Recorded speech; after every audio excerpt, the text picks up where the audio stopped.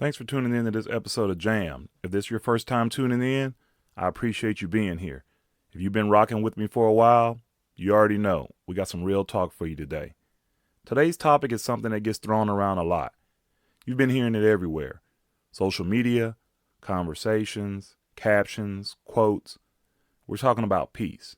You hear things like, protect your peace, or I'm choosing peace, or don't disturb my peace. It sounds good, it looks good, but let's be honest for a second. What does finding your peace actually mean? Because a lot of people are saying it, but not a lot of people are actually living it. So today we're going to break that down. We're going to talk about what peace really is, what it isn't, the biggest misconceptions, and most importantly, how to take control of it. Because here's the truth. Your peace is your responsibility and nobody else's. Not your partner, not your job, not your friends, not your family. And once you really understand that, your whole life changes. Enjoy the show.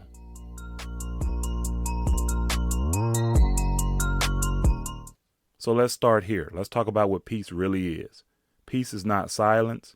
Peace is not the absence of problems. Peace is not everybody agreeing with you or treating you perfectly. Peace is internal stability regardless of external chaos. I'll say it again. Peace is internal stability regardless of external chaos. It's the ability to stay grounded when things aren't going your way. It's emotional control when situations try to pull you out of character.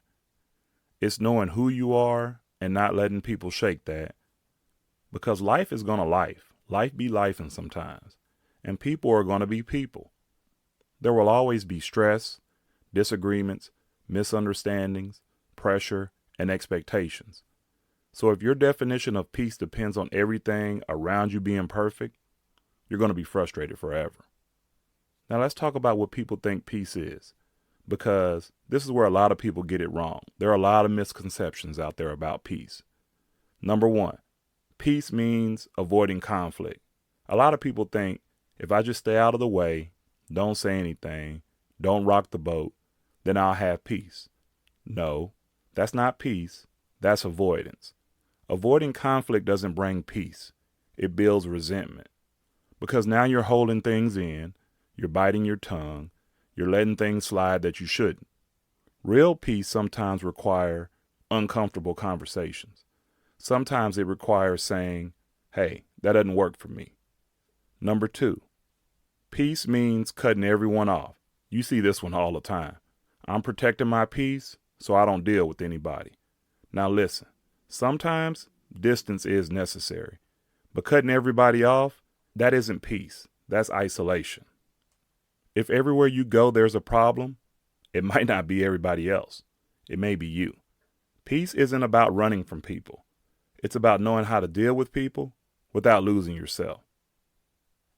Number three, peace comes from other people. This is a big one. People think, I'll have peace when I find the right relationship.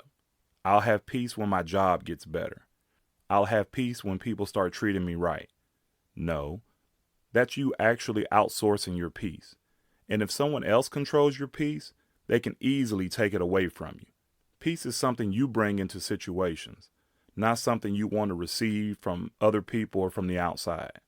Let's make this very clear. You are in control of your peace. No one can disturb your peace unless you allow them access to it. Now, I know some people might push back on that. They ask questions like, what about disrespect? What about toxic people? What about stressful environments? Yes, all of those are real, but your reaction, your boundaries, your energy, all of that is still yours. You may not control what people do, but you absolutely control how you tolerate it, how you respond to it, and whether you continue to engage with it or not. That's where your power is. And once you stop giving people unrestricted access to your energy, you start protecting your peace in a real way. Now let's talk about this part, because this is where a lot of people struggle. Peace has to become non-negotiable, not situational, not dependent, not something you just compromise just to keep people comfortable. I don't care if it's a relationship, a friendship, a job, a family member. If something consistently disrupts your mental, emotional, and spiritual stability, you have to address it. And if it can't be fixed, you have to be willing to step away. Because holding on to something that costs you your peace, that's way too expensive. So let's get practical here. How do you actually find your peace? Because all of this sounds good, but how do you actually do it? I'm going to give you 5 real actionable ways to start finding and protecting your peace. Number 1, know yourself. Peace starts with self-awareness. If you don't know what triggers you, what drains you, and what fulfills you, you'll constantly find yourself in situations that throw you off. Take time to understand what stresses you out, what calms you down, what environments bring out your best, and what people bring out your worst. Because once you know yourself, you can start making decisions that align with your peace. Number 2, set boundaries and stick to them. This is where most people struggle. They'll say, I need boundaries, but won't enforce them. A boundary without enforcement is just a suggestion. If you say, I don't like being talked to like that, but you keep accepting it, that's not a boundary, that's a preference. Boundaries protect your peace by teaching people how to treat you. The people that respect them, they stay. The people who don't, they reveal themselves. Either way, you win. Number 3, learn to let go. Not everybody deserves your energy. Not every argument needs a response. Not every opinion needs to be corrected. Not every situation needs your involvement. Some things you just have to let go, because holding on to everything, every slight, every frustration, every disagreement, that's exhausting. And peace doesn't exist where everything matters too much. Choose what's worth your energy. Number 4, control your environment. You might not control everything, but you do control more than you think. The conversations you entertain, the people you spend time with, the content that you consume, the space you put yourself in. If your environment constantly stresses you out, that's something to evaluate. Peace grows in the right environment, so be intentional about where you place yourself. And number 5, practice stillness. We live in a world that's always loud. Notifications, opinions, expectations, pressure. Sometimes you need to disconnect. Sit with yourself. Reflect.